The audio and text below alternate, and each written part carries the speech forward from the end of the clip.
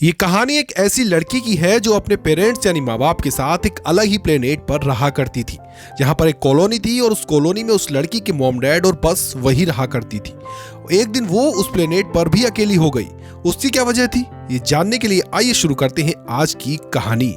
तो कहानी के शुरू में हम एक फैमिली को देखते हैं जिसमें रेमी नाम की एक बच्ची और उसके मॉम डैड होते हैं। ये फैमिली एक प्लेनेट पर शटल कॉलोनी में रहते थे और अगर उनके चारों तरफ देखा जाए तो ना तो कोई परिंदा था और ना ही कोई इंसान। सारा इलाका बंजर होता है और तो और उनका कोई पड़ोसी भी नहीं होता और जमीन पर रहने वाले लोगों के साथ भी उनका कोई संपर्क नहीं था। उन्होंने अपने पास एक फॉर्म बनाया हुआ था जहां पर इन्होंने कुछ जानवरों को पाला था और एक ग्रीन हाउस जहां पर रेमी के डैड उस सब्जियां उगाया करते थे और इसी तरह उनका गुजर बसर चल रहा था। रेमी की नजर हर वक्त दूर रहती। उसे जानना था कि जहां पर वो रह रही है अगर इससे आगे जाए तो आगे की दुनिया में क्या होगा, क्या उधर इंसान जिंदा होंगे। इसलिए वो अक्सर दूर के पहाड़ों को हसरत भरी निगाहों से देखा करती थी कि वो भी एक दिन वहां पर जाएगी, मगर उसकी मॉम हर वक्त उसे इन कामों से मना किया करती थी। मगर इस फैमिली को भी एक उम्मीद थी कि कभी न कभी इस प्लेनेट पर भी अर्थ की तरह लोग आकर बस जाएंगे। एक दिन रेमी के डैड घर में देर से आते हैं। वो बहुत ज्यादा परेशान लग रहे थे। रेमी भी खड़ी चुपके से मॉम डैड की बातों को सुन लेती है। रेमी के डैड को शक था कि कहीं उनके आसपास अजनबी लोग हैं जो उनके घर में घुसना चाहते हैं। ये बातें रेमी भी सुन लेती है। अब रात को रेमी के डैड उसके पास आते हैं और कहते हैं, बेटी परेशान ना हो, ऐसा कुछ नहीं होगा और जो कुछ तुमने सुना है उसमें डरने की कोई जरूरत नहीं है, मैं सब संभाल लूंगा। मगर रेमी अभी भी डरी हुई थी। एक सुबह जब वो जागती है तो खिड़की पर किसी ने खून से लीव लिखा हुआ था, यानी कि यहाँ से चले जाओ। ये सब देखकर रेमी के मॉम डैड डर जाते हैं। उसके डैड ने जल्दी से राइफल उठा ली थी और यहाँ वहां वो देखने लगते हैं कि आखिर कौन है जो ये सब कर रहा था। रेमी की मॉम भी उसे लेकर छुप जाती है। तभी कुछ देर बाद रेमी के मॉम डैड को 3 लोगों की आवाजें सुनाई देती है जो 6 होने का नाटक कर रहे थे ताकि इन लोगों को लगे कि वो बहुत से लोग हैं, मगर वो किसी को नजर नहीं आ रहे थे। इसलिए रेमी के डैड पागलों की तरह जोर जोर से चिल्लाकर कहते हैं कि जो भी है सामने आ जाए। छोटी रेमी दूर खड़ी छुपी जो ये सब देख रही थी, वो अपने डैड का ऐसा रूप देखकर डर जाती है क्योंकि उसने अपने डैड को ऐसा पहले कभी नहीं देखा था। रेमी के मॉम डैड सारा दिन निगरानी करते हैं कि आखिर कौन है जो उनके घर में आने की कोशिश कर रहा है। उधर रेमी इस बात से परेशान थी कि उसके फॉर्म के जानवर ठीक हैं या नहीं, इसलिए वो अपने मॉम डैड को बताए बगैर चुपके से घर से बाहर निकल जाती है। वो बाहर आकर अपने जानवरों को देखकर बहुत खुश होती है कि वो अभी तक ठीक थे। लेकिन जब उसकी मॉम को पता चलता है कि रेमी घर पर नहीं है, इसलिए वो जल्दी से बाहर आकर रेमी को लेने आती है। जब रेमी अपने घर की तरफ आ रही थी तो उन लोगों ने भी उसे देख लिया था जो इसके घर के पास छुपे हुए थे। वो रेमी को पकड़ना चाहते थे, मगर सही वक्त पर रेमी के डैड ने गोली चलाकर एक आदमी को मार दिया था, जबकि उसकी मॉम दूसरे को रोकती है और उसे चाकू से मार देती है और फिर वो रेमी को लेकर अंदर भागती है। बाहर रेमी के डैड आखिरी दुश्मन को मार गिराते हैं। गोली उस दुश्मन के पांव में लगी थी जिस वजह से वो जख्मी हो गया था। अब रेमी के डैड पहाड़ों की तरफ जाते हैं और उसकी मॉम मरे हुए लोगों के पास से हथियारों को जमा कर रही थी। तभी रेमी देखती है कि मरने वाले लोगों में एक लड़की भी थी। अब रेमी और उसकी मॉम ने खुद को घर में बंद कर लिया था और डैड का इंतजार करने लगते हैं, मगर रात बहुत हो गई थी तो रेमी के डैड अब तक वापस नहीं आए थे। इस बात से रेमी की मॉम बहुत ज्यादा परेशान हो जाती है। वो अपने हाथ में एक बड़ा सा चाकू लेकर रेमी को साथ लेकर अपने हस्बैंड को ढूंढने का फैसला करती है, मगर तभी उनके दरवाजे से एक अनजान आदमी अंदर आता है। इसका मतलब रेमी के डैड मर चुके थे। इस अनजान आदमी ने उन्हें मार दिया था। ये आदमी और कोई नहीं बल्कि वही था जिसे कल रेमी के डैड ने पैर पर गोली मारी थी। वो अपना नाम जेरी बताता है और कहता है कि ये मेरा घर है और तुम लोगों ने मेरे मॉम डैड को मारकर यहाँ पर कब्जा किया है, इसलिए मैं अब अपने घर को छोड़कर नहीं जाऊंगा। मैं बहुत मुसीबतों के बाद यहाँ पर पहुंचा हूँ और अगर तुम मेरे साथ अच्छे से रहोगी, बुरा बर्ताव नहीं करोगी, तो अपनी बेटी के साथ यहाँ पर रह सकते हो। वैसे भी तुम्हारे हस्बैंड को मैं मार ही चुका हूँ और मैं तुम्हारी और तुम्हारी बेटी की जिम्मेदारी उठाने के लिए भी तैयार हूं। मगर ये सारी बातें सुनकर रेमी की मॉम बाहर आ जाती हैं और रेमी को लेकर छुप गई थी। रेमी जो अब बहुत ज्यादा रो रही थी, वो अपनी मॉम से कहती है कि मॉम चले यहाँ से, हम यहाँ पर नहीं रहेंगे। मगर उसकी मॉम जानती थी कि इस प्लेनेट के बाहर जिंदगी आसान नहीं है, इसलिए अब वो जेरी के साथ ही रेमी को लेकर इस घर में रहने का फैसला करती है। मगर उनका कुछ और ही प्लान था। अब जैसे ही जेरी का ध्यान थोड़ा सा उनकी तरफ से हटता है तो रेमी की मॉम मौका पाते ही घर के अंदर घुसकर एक चाकू से जेरी पर हमला कर देती है।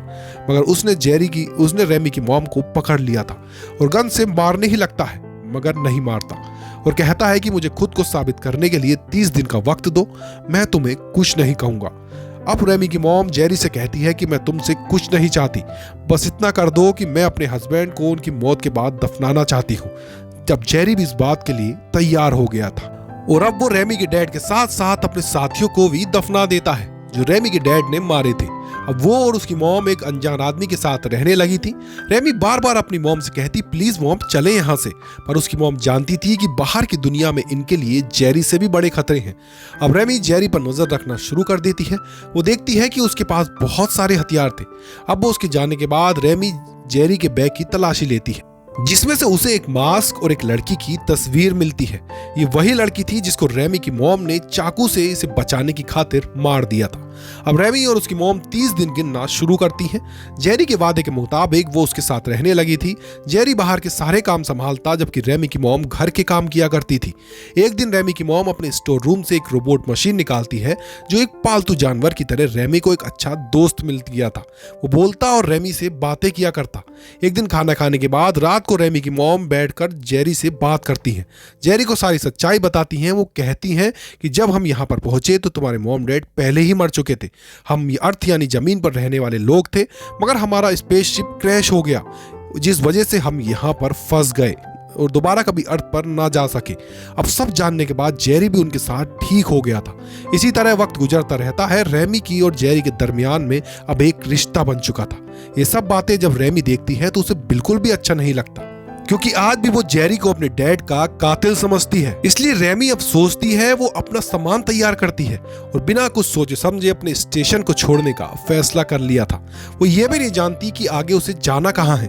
इसका मतलब यह था कि बाहर कोई जिंदगी नहीं थी। अब रेमी जब थोड़ा सा और आगे जाने लगती है तो वो देखती है कि जहां पर वो रहते थे वो प्लेनेट शीशे से ढका हुआ है। मतलब उसके बाहर कोई जिंदगी थी ही नहीं। जो भी जिंदगी थी बस उसी हिस्से में थी जहां पर रेमी का घर था और वो रहा करते थे।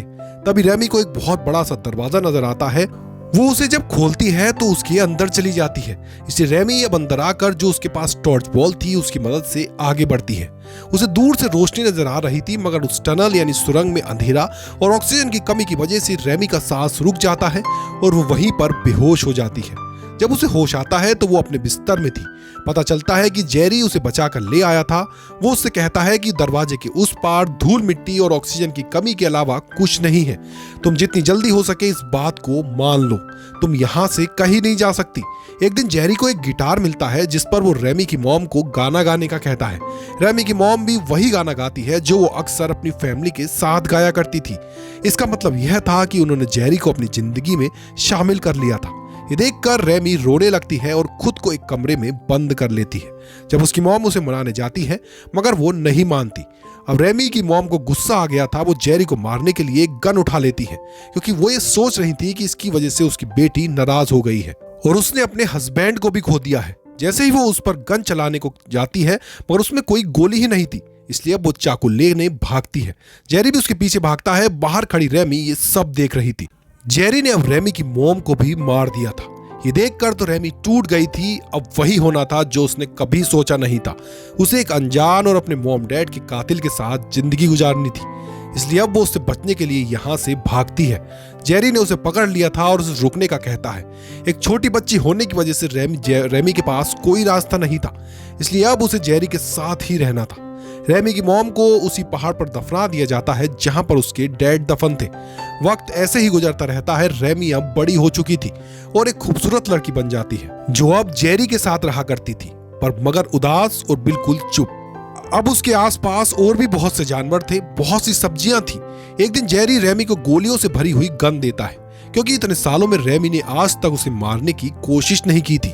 इसका मतलब यह नहीं था कि जेरी उसे अच्छा लगता था, बल्कि वो आज भी उसे अपने मॉम डैड का कातिल समझती थी और उससे हर वक्त बचकर रहा करती थी। दूसरी तरफ जेरी ये चाहता था कि रेमी सब भूलकर उसके साथ हंसी खुशी जिंदगी गुजारे।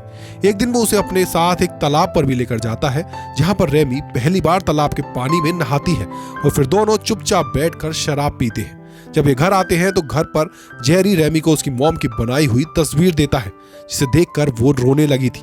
यहाँ पर जेरी के इरादे कुछ ठीक नहीं थे। वो रेमी को बहुत ही अजीब तरीके से गले लगा लेता है। ये देखकर रेमी डर गई थी। अब तो वो रात को भी डरने लगी थी, क्योंकि उसे अब जेरी के साथ रहना अच्छा नहीं लग रहा था। जेरी की नीयत भी बदल रही थी। वो रेमी को अब छोटी बच्ची की नजर से नहीं, बल्कि उसके अंदर एक खूबसूरत लड़की को देखता था।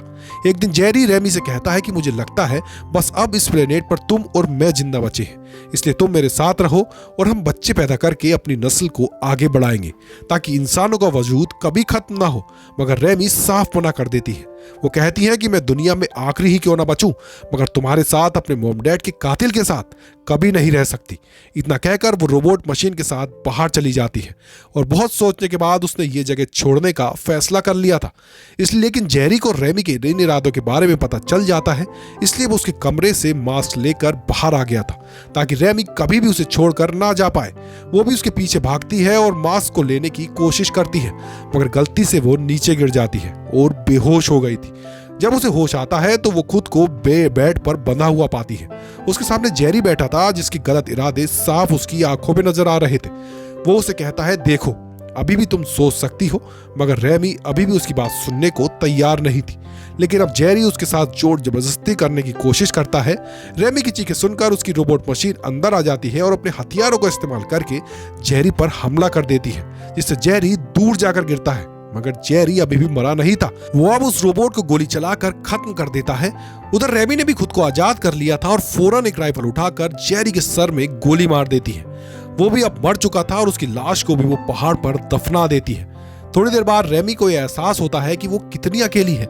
यहाँ तक कि उसका दोस्त रोबोट भी अब टूट गया था। वो अपने अकेलेपन को दूर करने के लिए अपने मॉम डैड की कब्र के पास सोया करती थी, आ रही थी, अपने जानवरों को देखती और ऐसे ही गुजारा करती। मगर उसने फिर से अपने दोस्त रोबोट को ठीक कर लिया था।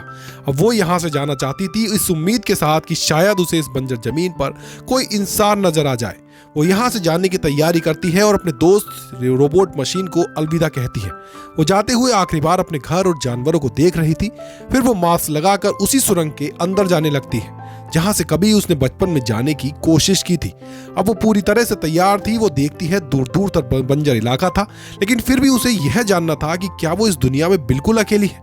अगर वो अपने सामने आने वाली मुसीबतों से बच गई तो उसका लोगों को ढूंढने का सफर हमेशा जारी रहेगा। तो क्या रेमी का ये सफर पूरा हो पाएगा? क्या उसे अपनी जिंदगी में कोई दूसरा इंसान मिलेगा? इसी को दिखाते हुए रेमी की एक कहानी यहीं पर खत्म हो जाती है।